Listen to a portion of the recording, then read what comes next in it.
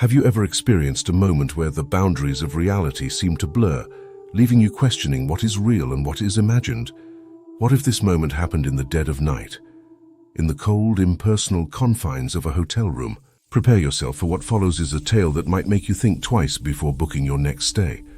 It was late October, and the chill in the air was palpable.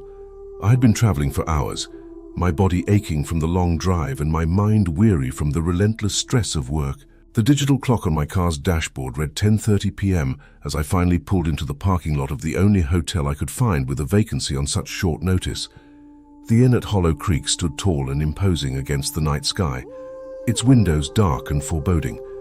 I remember feeling an unsettling sense of foreboding the moment I stepped inside.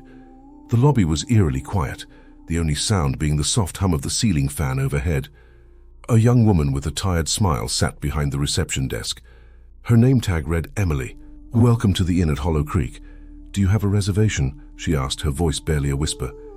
"I don't, but I really need a room for the night. Do you have anything available?" I replied, trying to keep the desperation out of my voice. She tapped away at her computer for a moment before nodding. "We have one room left, room 307. I'll get you checked in." As she handed me the key, our fingers brushed, and a shiver ran down my spine. Her eyes met mine, and for a split second they seemed to darken, filled with an emotion I couldn't quite place. I took the elevator to the third floor, feeling more uneasy with each passing second.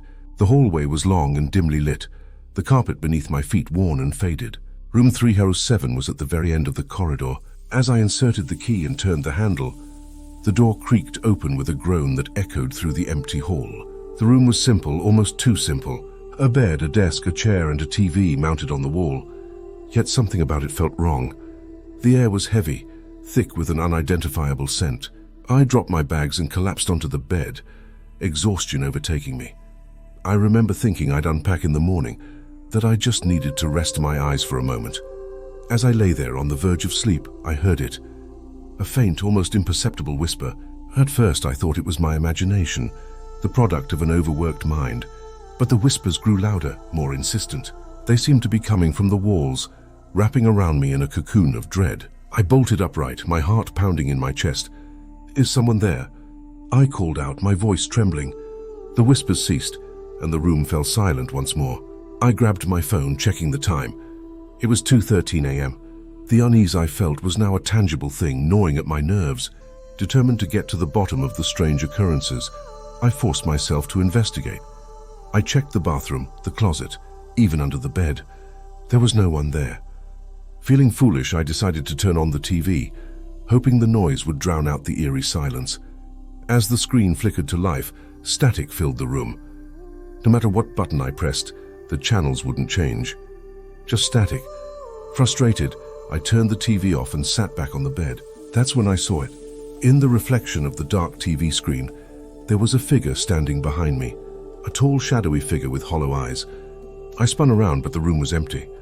The whispers returned, louder this time, filling my head with a cacophony of unintelligible words. Panic set in, and I knew I had to get out of there. I grabbed my bags and bolted for the door, my hands shaking so badly I could barely turn the handle. The hallway was just as empty and eerie as before. As I rushed toward the elevator, I felt a cold breath on the back of my neck, and the whispers followed me, growing louder with each step. When the elevator doors finally opened, I practically dove inside, frantically pressing the button for the lobby. The ride down felt like an eternity, the whispers echoing in the small space. As the doors opened, I stumbled out, breathless and terrified. Emily was still at the desk, her expression unreadable. "I need to check out. Now," I said, my voice barely a whisper. She nodded slowly, not saying a word, as if she had been expecting this. As I handed over the key, our eyes met again, and I saw it. The same darkness I had seen in the figure's eyes reflected in hers. "You're not the first, you know," she said softly. "And you won't be the last." With that cryptic statement hanging in the air, I fled to my car, not stopping until I was miles away from that cursed place.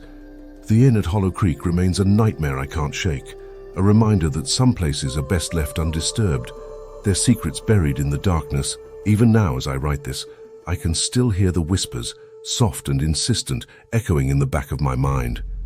The memory of that night haunts me, a chilling reminder that some horrors are all too real.